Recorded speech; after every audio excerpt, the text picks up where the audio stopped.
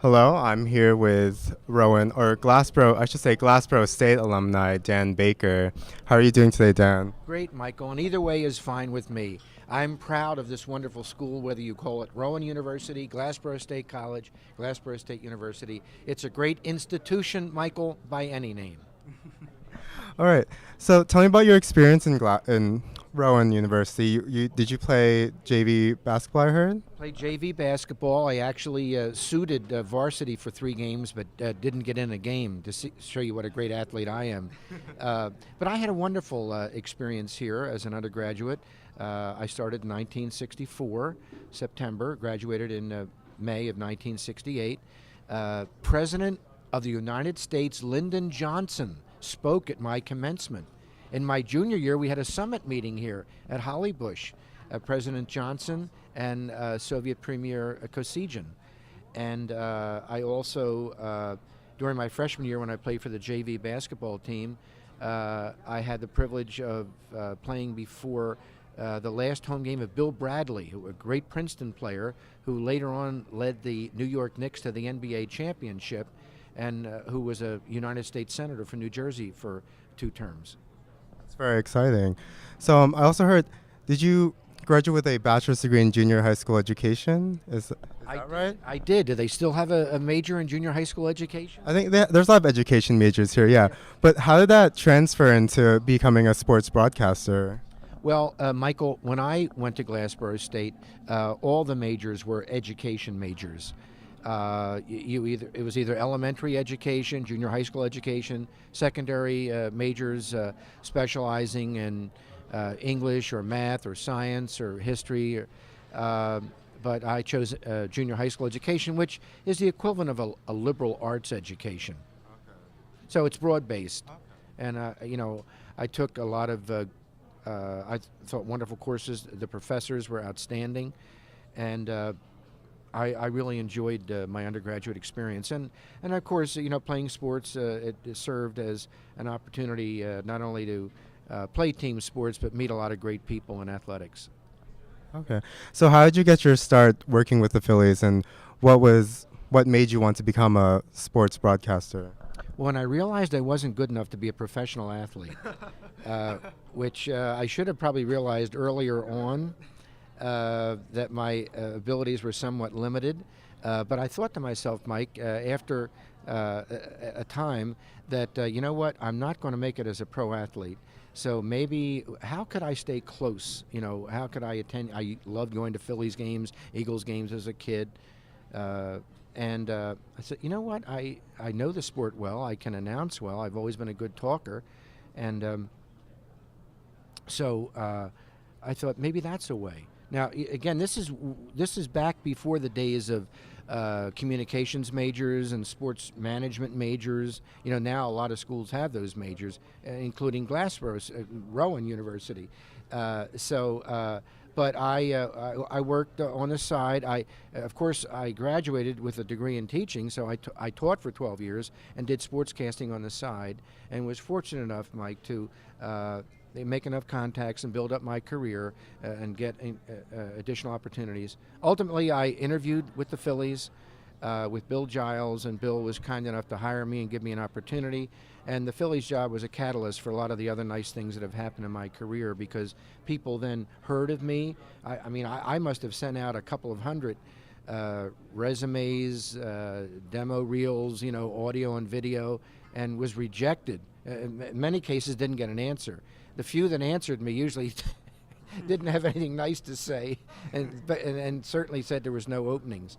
But I kept on, sending, my information to people, and I thought I wasn't giving up. And if there was one message that I could deliver to Rowan University communication students, it would be, keep battling for what you want, because you can get there with hard work. It's not easy, and there's going to be a lot of obstacles along the way, but keep working at it. Definitely, I think we all feel the struggle in the economy right now, searching for jobs. But you've had a pretty prolific career, so what was probably your favorite moment in your career? You've done a lot of work with the Big Five, and you were coordinator of broadcast operations with Drexel. So, what was probably your favorite moment in all of that you've done? Well, I've been lucky enough to do a few things along the way, Mike. I would say the highlights are announcing 5 World Series for the Phillies, including 2 World Series champions in 1980 and 2008. What, can you see these rings? That's 2008. This is 2009 when we lost to the Yankees in the World Series, but in 2008, of course, the Phillies beat the Rays. So those are highlights. I announced 2 Major League Baseball All-Star games in 1976 and 1996. At the 76 All-Star game, I had the privilege of introducing the President of the United States, Gerald R. Ford. And at Army-Navy games, I've introduced President Bush. And as the Eagles announcer, which I've had that privilege for 27 years, I've announced 3 NFC championship games, 2002, 2003, 2004. By the way, those 5 World Series, 1980, 1983, 1993, 2008, and 2009.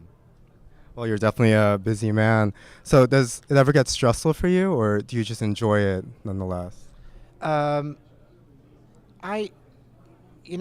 not a lot of things that I do well, but I can talk. I've always been able to talk. I don't care how many. I've announced in front of crowds of as large as 175,000 at the Charlotte Motor Speedway. The bigger, the better. I know that that's one thing I can do. So no, I don't get nervous talking. If I was doing something I wasn't very good at, I'd probably be nervous, but I know I can talk. That's awesome. So did you ever think that your career would evolve into this? We're here celebrating a scholarship in your honor. Did you ever think you'd go from where you were just being a broadcast announcer to now what you've built a name here as an alumni? No. I mean, this is a bonus. I'm very grateful. I love this school and wish it nothing but the best.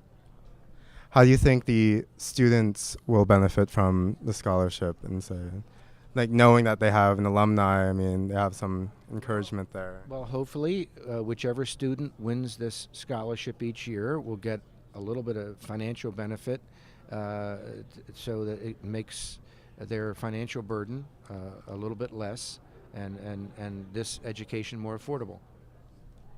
Awesome. You mentioned before, do you have any other advice for any of our potential Rowan graduates? Well, again, I just think it's that stick-to-itiveness attitude.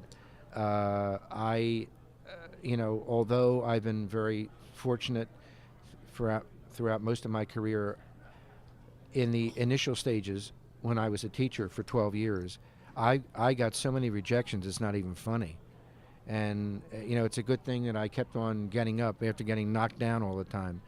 But I would say to you that if you look at most successful people, their path, wasn't a linear one. It wasn't direct to the top without a few pratfalls along the way. I mean, everybody, I think, has encountered some difficulty in quest of their career goals. And, when you're young and you wonder, am I ever going to get a chance? But those chances will come. But you got to make those chances. I tell my children that. I tell young people, approach me all the time, and I take the time to talk with them. I can't necessarily say follow the path that I took, because mine was a somewhat circuitous one. But, I mean, each person has to blaze their own path. But if you keep working hard, you can do it. Definitely some very encouraging words here for our Rowan graduates. Well, thank you so much for this interview, Dan Baker. It's been a pleasure talking with you. I definitely feel encouraged now, and I definitely hope I feel better now, because I'm trying to break into this industry too. All right, Mike. Have at it. All right. Thank you very much.